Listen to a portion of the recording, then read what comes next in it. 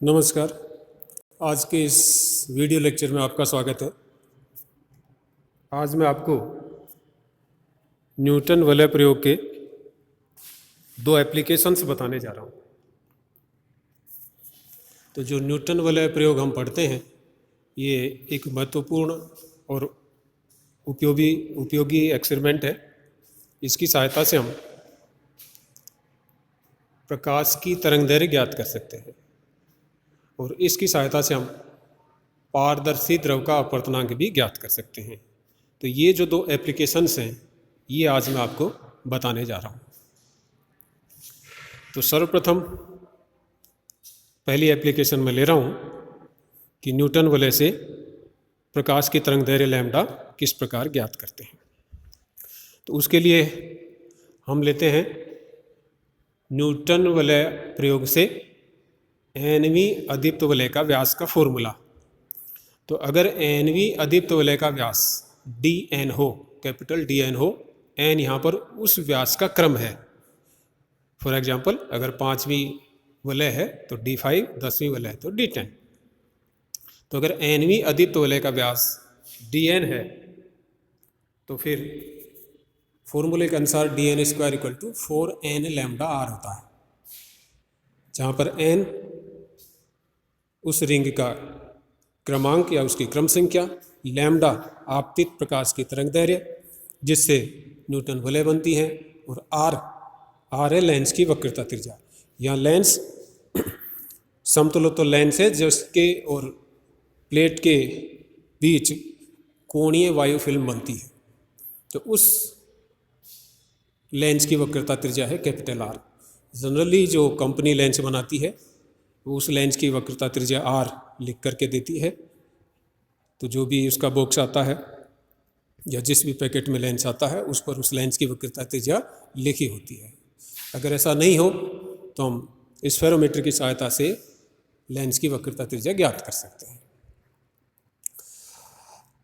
अब अगर इसी फॉर्मूले से हम n+pv वलय का व्यास ज्ञात करना चाहें, यहाँ p हम अपनी स्वेच्छा से लेते हैं। तो n मान लिया हमारे पास 5 है तो p भी मैंने 5 मान लिया। तो n+p यानी कि 10वीं वलय का व्यास। तो n+pv वलय का व्यास dn+p हो तो nवीं वलय के व्यास के फॉर्मूले में n की जगह n+p रख देंगे। तो हमारे पास dn+p² = 4n+p लैम्डा × r आ जाता है। अब इन दोनों को आपस में सब्ट्रैक्ट करें। तो सब्ट्रैक्ट करें तो हमारे पास dn+p² - dn² = 4n+p lambda r - 4n lambda r। तो 4n लैम्डा r कैंसिल होगा तो ये बचेगा 4p लैम्डा r, और लैम्डा = dn+p² - dn² / 4pr। तो ये न्यूटन वलय प्रयोग से लैम्डा ज्ञात करने का बहुत ही सिंपल सा फॉर्मूला प्राप्त होता है। यानी कि अगर हम लैम्डा निकालना चाहें तो हमको एनवीं वलय का व्यास पता हो, n+pv वलय का व्यास पता हो, और p ये हमने स्वैच्छिक लिया है, और r लेंस की वक्रता त्रिज्या ये हमें ज्ञात है।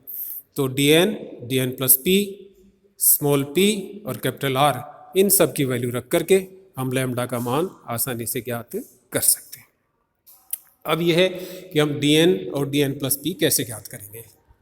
तो उसके लिए सर्वप्रथम हम न्यूटन वलय प्रयोग से रिंग प्राप्त करते हैं, और जैसा कि हमको पता है कि ये रिंग्स प्राप्त होती हैं, और ये रिंग केंद्र में 0 क्रम की रिंग होती है, और वहाँ से लेकर के 1, 2, 3, 4, 5, 6, 7, 8 नंबर की अनंत रिंग्स प्राप्त होती हैं, और ये सभी रिंग एकांतर क्रम में होती हैं। एकांतर क्रम यानी कि अगर केंद्रीय वलय अदीप्त है तो उसके बाद प्रदीप्त वलय होगी, उसके बाद अदीप्त, फिर प्रदीप्त, फिर अदीप्त, फिर प्रदीप्त, फिर अदीप्त, इस तरह एकांतर क्रम से ये रिंग्स होती हैं।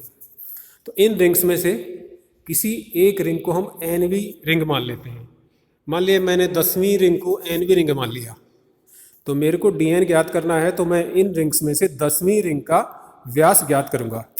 और चूँकि ये रिंग्स बहुत आसानी से दिखती हैं तो हम 10वीं वलय का व्यास, 10वीं रिंग का व्यास ज्ञात कर सकते हैं।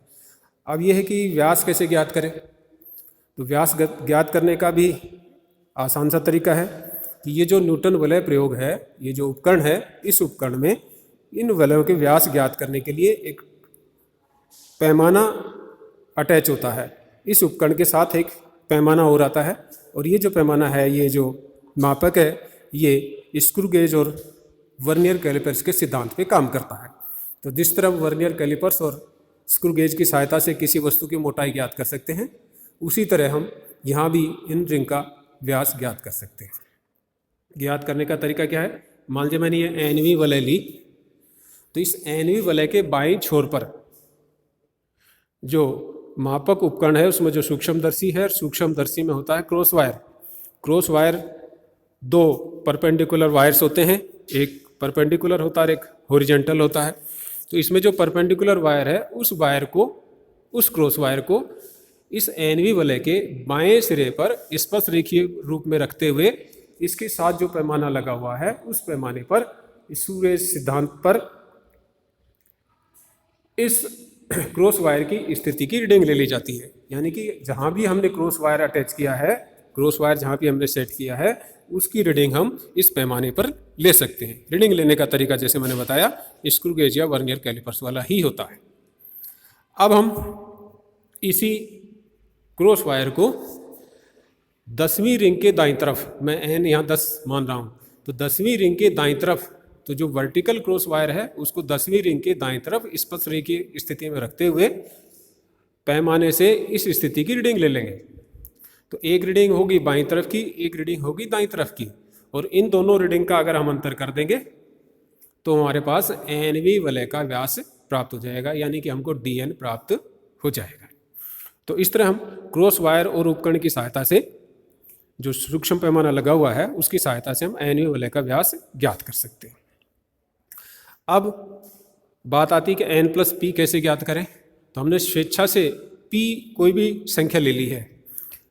उदाहरण के लिए मैंने p बराबर 5 ले लिया है। आप 5 ले सकते हैं, 6 ले सकते हैं, 10 ले सकते हैं, 15, जैसे p आपको शूट करता है वो ले सकते हैं।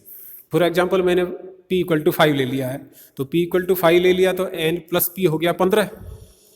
तो dn तो हो गया 10वीं वलय का व्यास और dn + p हो गया 15वीं वलय का व्यास।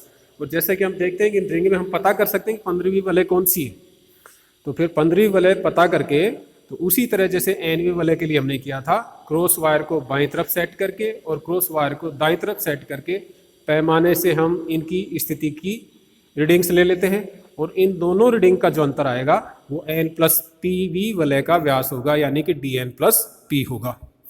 तो dn और dn + p हम बहुत ही आसानी से सूक्ष्मदर्शी पैमाने की सहायता से ज्ञात कर सकते हैं।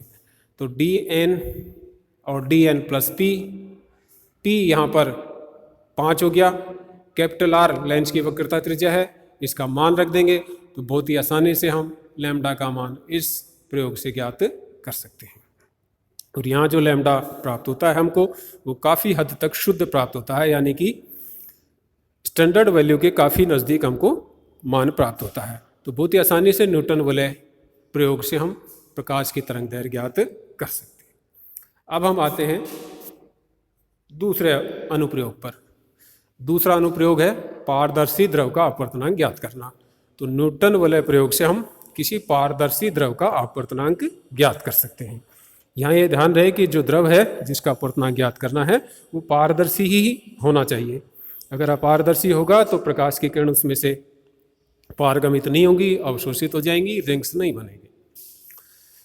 तो पारदर्शी द्रव का अपवर्तनांक ज्ञात करने के लिए सर्वप्रथम हम क्या करते हैं, तो सर्वप्रथम जैसा अनुप्रयोग फर्स्ट में हमने किया था कि न्यूटन वलय प्रयोग में न्यूटन के वलय प्राप्त कर लेते हैं और एनवी और n + pv वलयों के व्यास ज्ञात कर लेते हैं, और पूर्व के सूत्र के अनुसार ही dn + p² - dn² = 4p λr, यह हम समीकरण प्राप्त करते हैं। अब इस अनुप्रयोग के लिए हम अलग से क्या करते हैं, हम अलग से ये करते हैं कि जिस द्रव का अपवर्तनांक ज्ञात करना हो उस द्रव की कुछ बूंदें समतल कांच की प्लेट के ऊपर डालते हैं, जिससे उस समतल कांच की प्लेट पर एक परत बन जाती है, पारदर्शी परत बन जाती है। यानी कि अब जो कोणीय फिल्म बन रही है समतलोत्तल लेंस और समतल कांच की प्लेट के बीच, उसमें एक माध्यम आ गया है।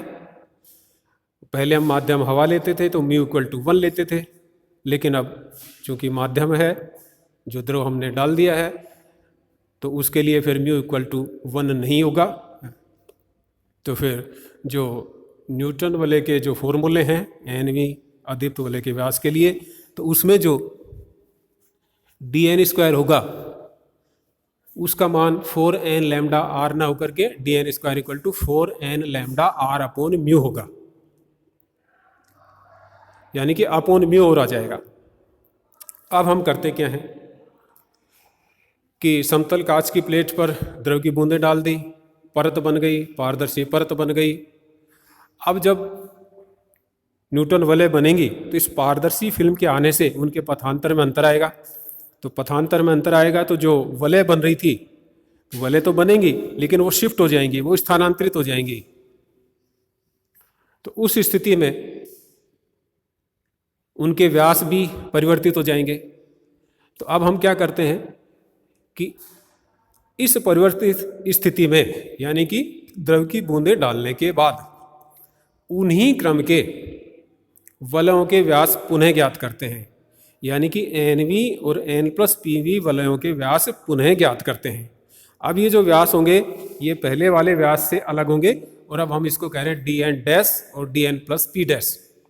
तो नई स्थिति में, यानी कि पारदर्शी द्रव के साथ उन्हीं क्रम के, जैसा हमने पहले किया था वायु फिल्म के साथ, उन्हीं क्रम के वलयों के व्यास dn' और dn+P' ज्ञात कर लेते हैं। और इसके लिए फॉर्मूला जो होगा वो होगा dn+P' minus dn' equal to 4p lambda R upon mu. यहाँ पर म्यू आ जाएगा। ये समीकरण 4 प्राप्त हुई और समीकरण 3 में 4 का भाग देते तो हमारे पास डायरेक्ट आ जाता है म्यू, और mu equal to dn+P² minus dn² upon dn+P' minus dn'²। यानी कि अगर हम dn+P ज्ञात कर लें, dn' और dn+P' ज्ञात कर लें, मान रख दें, तो हमको द्रव का अपवर्तनांक म्यू प्राप्त हो जाता है। तो सीधा सा तरीका है कि पहले वायु फिल्म के साथ न्यूटन वलय प्रयोग में NV और N+PV वलयों के व्यास ज्ञात कीजिए। अब द्रव की बूंदें समतल कांच की प्लेट पर रखिए, परत बनाइए और उसी NV और N+PV वलयों के व्यास ज्ञात कीजिए, फॉर्मूले में रख दीजिए और mu equal to dn+P² minus dn² upon dn+P' minus dn' द्वारा पारदर्शी द्रव का अपवर्तनांक म्यू प्राप्त हो जाता है।